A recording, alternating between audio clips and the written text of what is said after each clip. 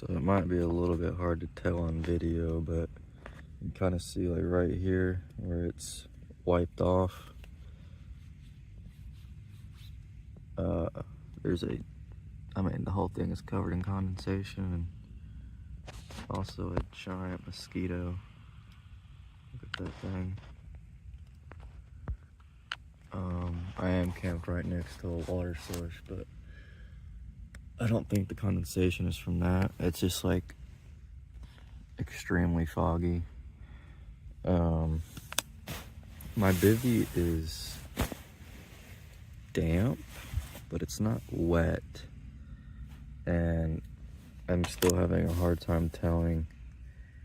I think it's mostly from rubbing this. I think a little bit of it comes from just regular condensation. I mean, I can see the moisture in my headlamp, like the fog or whatever. The only issue is like this part back here is the widest section of my tarp, because the way I set it up, this kind of curves in. So in order to, like, if I put my bivvy way out here, it's like 4 feet wide at the front, and I just don't fit. But if I put it back here, this angle is sloped in such a way that, like, if I just toss and turn my feet or lay on my side or something, like, as you can tell, like, I rub against this tarp, and I have it pitched even higher than I usually do. So I kind of just feel like maybe for the way that I have it set up in like the half pyramid shape, it's just not a good, like the size of the tarp is just a little bit too small, I guess. I mean, I could try making the tarp even taller to make this angle here steeper so I don't rub against it, but then like this angle is going to come in more, and I'm going to lose space here.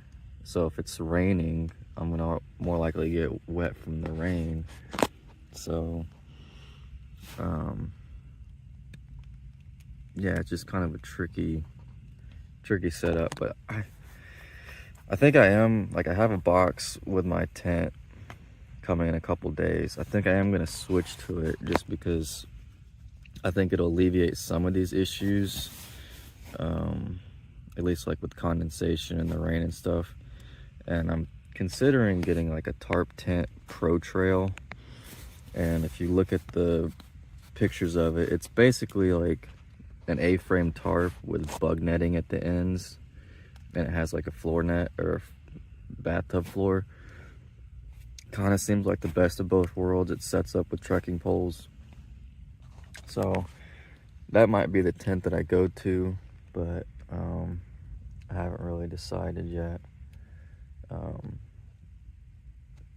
Stevie Wonder was here last night and has already left. So it's gonna be sunrise here in half an hour, and I'm gonna try to get my stuff packed up and going. Might have to dry some of this out later. My sleeping bag, I could tell, was a little damp at the foot, so here we go. So you can kind of tell from this angle a little bit better. I have this pitched higher than I did in earlier videos. And you can kind of tell that this area here is a lot narrower, and then my bivvy won't fit there, so I kind of have to sit at the back. But, which I think is, this setup is better for, like, if I want to keep it taut, better like in the wind and stuff. But like you can tell, it's pretty droopy from just being wet and soaked. But I kind of wish you could see my, oh, there you go. You can just, like, right here, all this fog, you know. And then down there is the kind of steep, but there's a river down there. The official campsite was like 0.2 down there. but we didn't really feel like going down there. It's not like there's a water source or anything, so this is the trail that goes here, so we're pretty much right on it. So just a quick extension on my shelter setup. The tarp was kind of just an experiment to see if it would work for me, and I was kind of obviously interested in the fact that it was lightweight, and I also like the simplicity of it, how it sets up quick, and it's kind of idiot proof, not like a million guy lines or like a big heavy like freestanding tent with a bunch of extra poles and all that. I've had it for about 3 weeks on trail and have used it in calm conditions, storms, humid. My kind of conclusion at the end of this is the tarp itself is fine. Like, it works for me, but I think it's only in certain situations that I'll probably end up using it. I think it would be good for something like the Arizona Trail or just anywhere out west where you expect it to be relatively calm, not a lot of storms, not a lot of humidity. But for something out here on the East Coast, I think my Mountain Laurel pyramid tent will be better. I don't know if it'll be the best, better than like a traditional tent, but the main issue I'm having is the condensation, because like I explained, it's hard to set it up where you're not going to get wet from the condensation or from the rain, and the geometry of it with that size of a tarp just doesn't work very well. So I have bigger tarps, and to me a bigger tarp doesn't make sense, because if you get a bigger tarp, it just becomes a sail in the wind. And then if you do the traditional A-frame, it's just to make it big enough, to make it high enough to sit under, like the poles have to be, it's hard to explain if you haven't done it, but it's just, to me, the geometries of a bigger tarp don't work either, especially in the A-frame setup. You're just better off getting like an ultralight tent at that point. So I do have my tent coming in a couple days. I'm gonna switch to that. I've only used it on the Arizona Trail before, so I haven't been in a humid environment, and I've never really been in a storm or any kind of rain with it, really. So I'm curious to see how it performs in those conditions, and I think it'll do better than my tarp because it has more like headspace and a bigger footprint, so I'm not gonna have to worry about like rubbing on the bivvy like I am with the tarp right now. This is a pretty gnarly looking tree, man. I mean, it's dead now, but it's like all twisted up.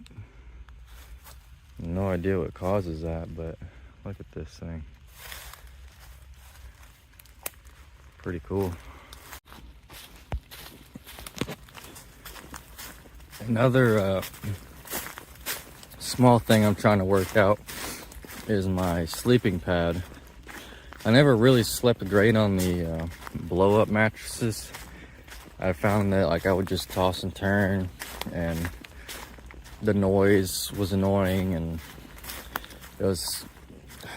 I didn't like the hassle of like blowing it up. Wasn't too bad, but having to deflate it and fold it and scrunch it into a bag, and when the alternative is like a little foam mat that you can just roll up in 3 seconds, it was a tempting alternative to try. And as long as you're not camping on concrete, or if you're on the AT in one of those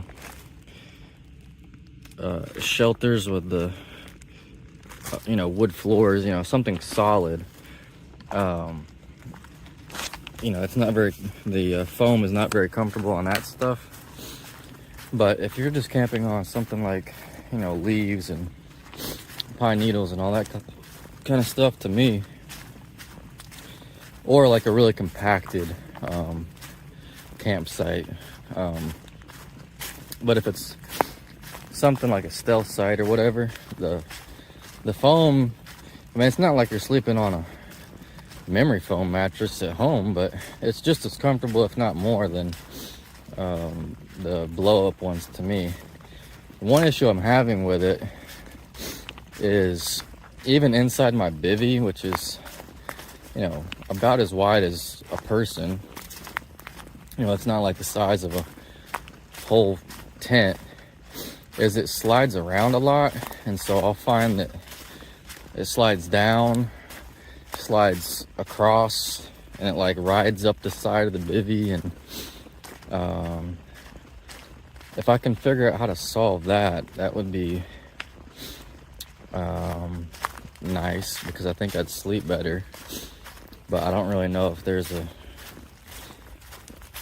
with the exception of like sleeping directly on the grass and leaves and stuff where there's more friction, I don't know if there's a good way to keep that thing from sliding around. I know people talk about like putting silicone on it, but I think that works better for like the blow-up mattresses. I don't think it would really, you'd have to have a thick bead of silicone for it, that foam, to like grip it, I would think. So but like I said, that's a kind of a minor thing. I usually put the pad inside the bivvy, but you know, maybe I'll try to put it underneath the bivvy and see if, you know, I don't think it's gonna stay in place any better when I'm tossing and turning, but I guess it's worth a shot.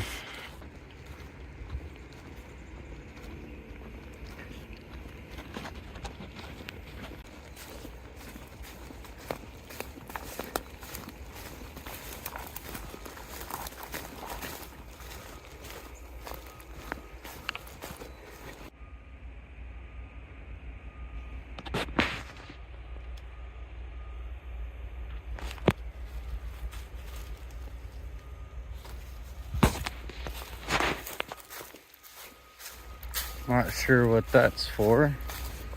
I don't know if it's a trail organization. Oh, maybe it's for that deer stand. I guess the hunters are using the trail, wanting to keep track of deer or hogs, but I got a feeling he's gonna catch people hiking more than he is gonna catch animals.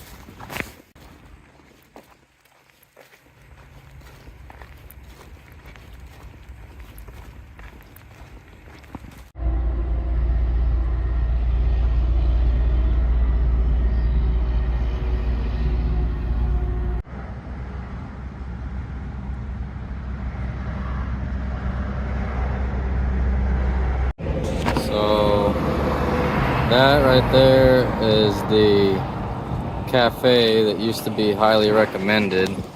It shut down within like the last month. Then you have this place.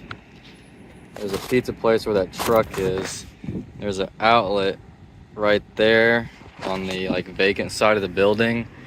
It doesn't work. And then you got the Dollar General, and there is a outlet on the right side of that doorway in the bushes that I use to charge up. And then down there is the Circle K. Stevie Wonder charged up there, but like there's not much else to this town, so he decided to walk that way. I don't really know why. The official trail goes down here kind of on some back roads, so it also goes by a community park that has water fountains and bathrooms, so I'm gonna go there to restock my water for the rest of the day. So I don't got to drink out of the swamp. One kind of cool thing that did happen when I was walking up to that Dollar General, a lady pulled in, presumably a local in the area, and she asked me if I was doing the Florida Trail. So I think that's the first person that, you know, is not a thru hiker or a trail angel or anything like that, that actually has recognized a Florida Trail thru hiker. I've had people ask me, like, you know, they can obviously see my gear and they're like aware of, oh, you must be walking around or something, but when I ask them, nobody's ever really known what the Florida Trail is. So she told me a lot about how this whole area was extremely flooded back in October by I want to say Hurricane Milton. I'm not sure. Whichever hurricane was in October 2024, that it was like 40 feet above the flood lines or whatever, and like the green swamp was flooded, and the river was so flooded, like the water couldn't even flow back out, and which is kind of astounding because the entire trail was completely dry all through there, and it looked like a low water year.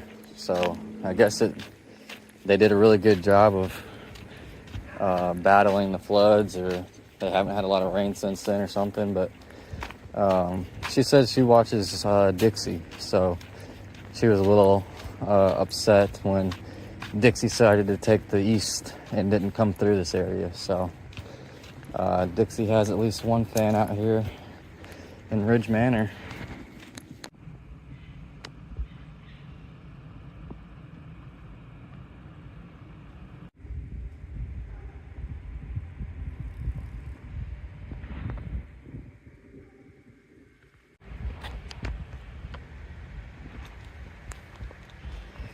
So you kind of walk in, like there's a driveway on the other side of this baseball field where that truck is at. You walk through this parking lot and you come down this path, and you're kind of in between all these baseball fields,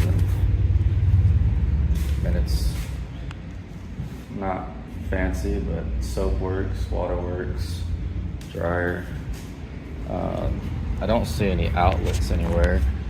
I'm gonna double check on my way out, but there's plenty of trash cans, and then kind of over here I'll show that there's a like covered picnic area. You can get some shade. The water fountain does work, and it is cool, so it is not like the room temperature or hot water you sometimes get out of these. This is the concession stand. That's the bathroom. There is a water spigot, but I have a feeling that that's probably turned off. So, I mean, it's an option though. There is, yeah, so there's an outlet right there.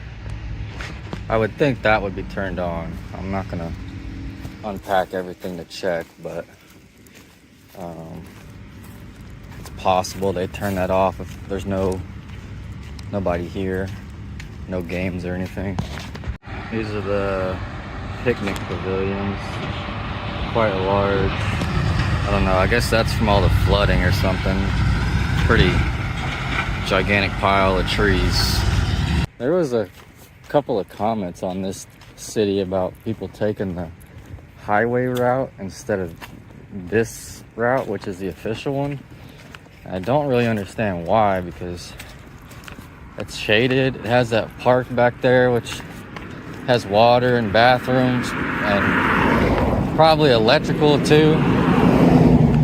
Plus it's like just nice little community, quiet. And that freeway is literally like 6 lanes, and it's like out in the blaring sun. Today it is definitely on the very warm side, if not hot side. So I'm not sure what the appeal is, but I mean, this eventually kicks out onto it again for like 1/10 of a mile or something before you get back onto the trail. But I much prefer this than that road walk we came in on. So we were just walking on that road there. It comes in here. Somebody left chocolate chip cookies. So headed that way. So they have this diagram of the whole Florida Trail at this trailhead, and they can, those little tan lines right there are what they're calling road walks. To me, this whole thing here is a road walk. I mean, technically it's a bike path, but you can see that's the dotted line where they're trying to do the road walk around, or they're trying to do the trail around this road walk for the east side.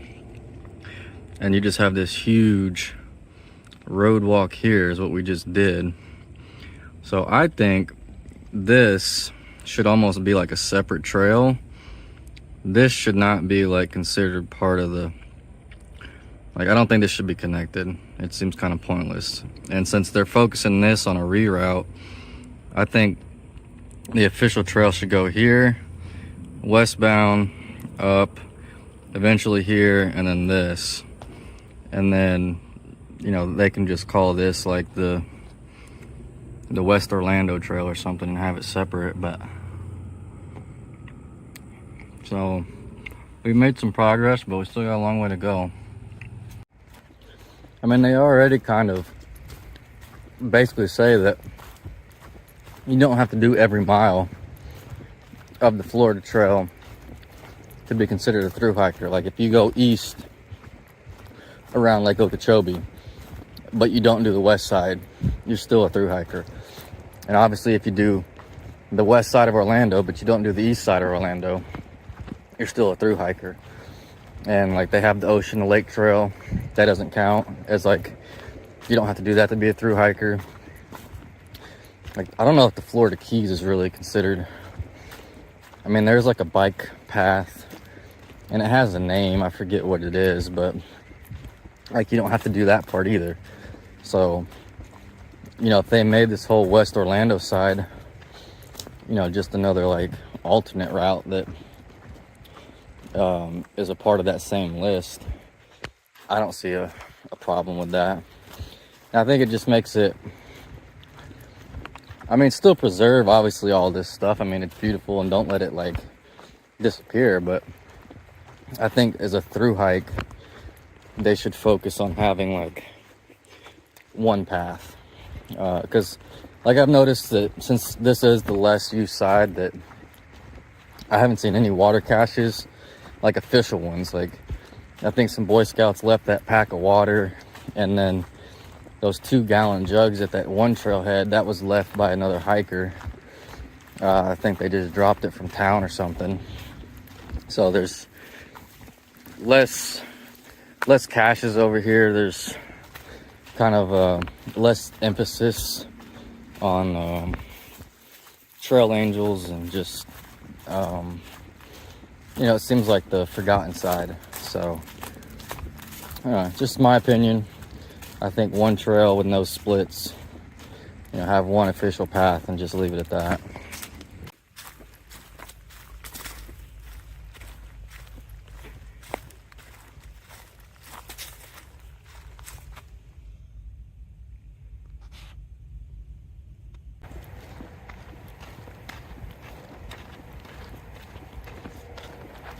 I'm not an expert, but that dark water line, or that dark line on the trees, is how far this thing gets flooded. And it's about up to my eye level. So this whole thing gets like 5 feet underwater at times, I'm assuming. Which is pretty nuts to think about. So I'm pretty sure that this is a cypress dome that just so happens to be empty or dry, but you can kind of see how, like at the edge here, it's shallow, and then as it goes in down there in the middle, it's really a lot deeper. And there's actually, you know, still a little bit of water in there, but it's essentially like a giant bowl. And the tallest trees, for whatever reason, a lot of them are cut or dead, or I'm not sure what causes that, but or maybe those are the roots or new ones, I'm not sure. But you know, out here it would be like level and it slowly slopes down into it. So this is what Big Cypress Preserve, like where you get all your water, is. I just think that that looks pretty cool. I've been walking through this for a couple miles now, and it's just weird seeing like that solid line go all the way across. That, like, literally I would be underwater right now when that thing is at its max capacity or flooding.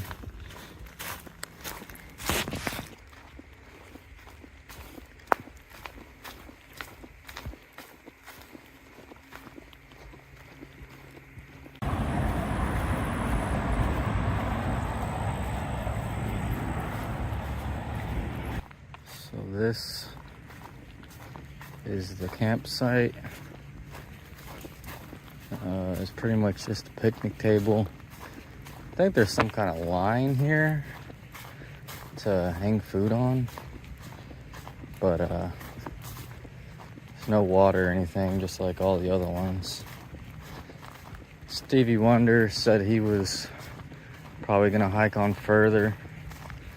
I mean, he did leave about half an hour ahead of me, so I think he's maybe trying to get to the post office by Friday or something, so maybe see him tomorrow. So I looked at the map a little bit, and there's kind of like a Blue Blaze loop. Like eventually it reconnects to the Florida Trail, and on that loop there's like kind of like an official campground. It has picnic tables, fire ring.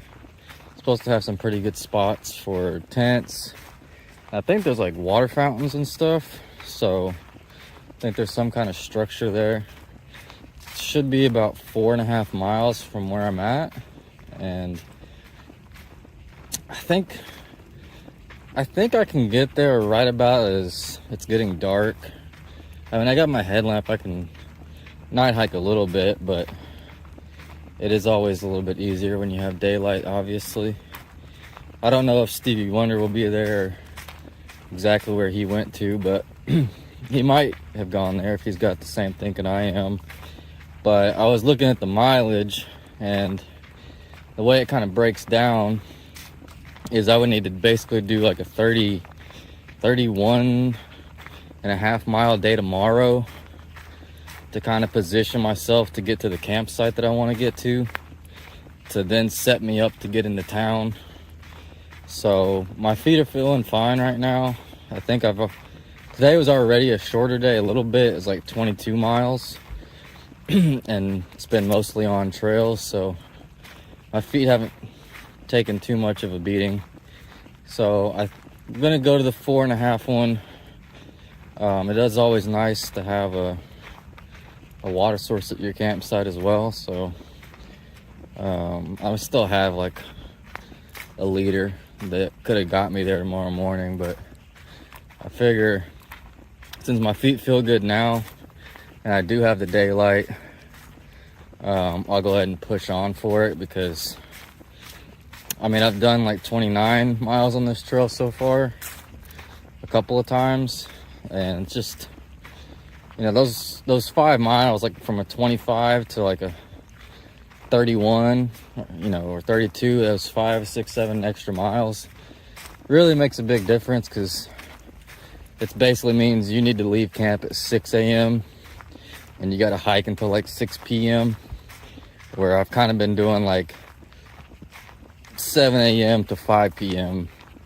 So you just feel a little bit rushed, and like I said, why do like a 22 and a 32 when I could do like, you know, a 25 and a 25 or something. So I gotta podcasts and some audiobooks and music I can listen to kind of pass the time. Plus, it's always nice to kind of get to enjoy the sunsets out here. It's really the best light, and you get to see a little bit of some wildlife that comes out at night. So try to enjoy it for what it is. I'm gonna try to capture it on video, but it's a little bit hard. I keep spooking them, but I'm not really a deer expert, but I'm guessing white-tailed deers, because they have white tails. There was 3 of them kind of running over there. I mean, I can see them, the backs of them, but probably won't see them on the video. And then there was a couple back there to my right. And then when I first kind of left that campsite 10 or 15 minutes ago, I saw the tail of something. I thought it was like somebody's dog, because it looked like a long white tail, like maybe a husky or something like that. But I'm guessing it was one of these deer that I keep seeing. So they're definitely out here. Well, it's one of them right there. I'm sure he's got, or she, whatever it is. There's several buddies around here. Oh, there's another one. Trying to...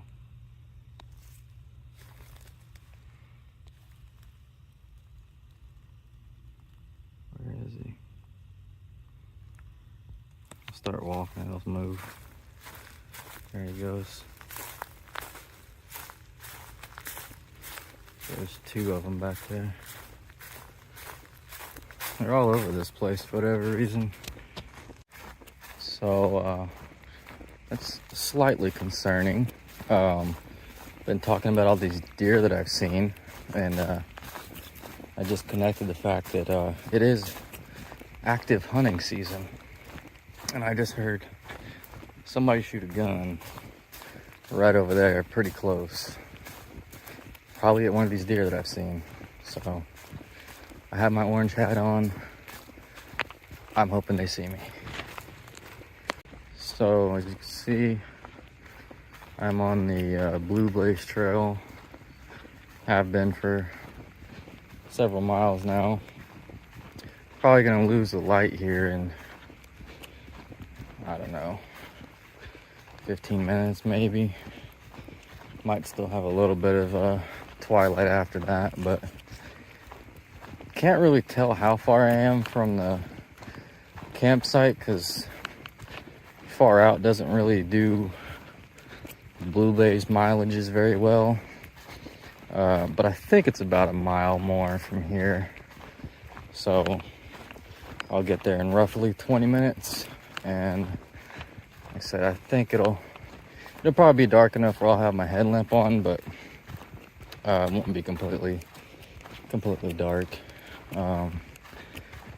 I've seen a few more deer, but no more gunshots. So I think hunters got to stop at sunset anyway. So I think I'll live another day. Yeah, I'll be curious to see if Stevie Wonder made it to this campsite or if he went somewhere else. But I think it was a good decision, because otherwise I would have just been sitting at camp for an hour, not really doing much. So it's good to kind of squeeze as many miles as you can when the sun, is setting at like 6:30. You're not really going to sleep until like 9. So you're kind of just sitting there on your phone, not doing much. And when I'm kind of on a time crunch to get to that post office, 5 miles makes a big difference. So we'll be there shortly. I don't know why it's focused. There it goes. So there's bathrooms, water fountain. I think that's like the office over there, I'm not sure. And it looks like there's some kind of wash station. And then over there behind those cars is a covered picnic pavilion. I didn't walk over there, but I've been told, I'm fairly certain that there are electrical outlets that work. So this is the day use area, and it's like maybe 0.3 or 0.4 from the campsite that I ended up going to.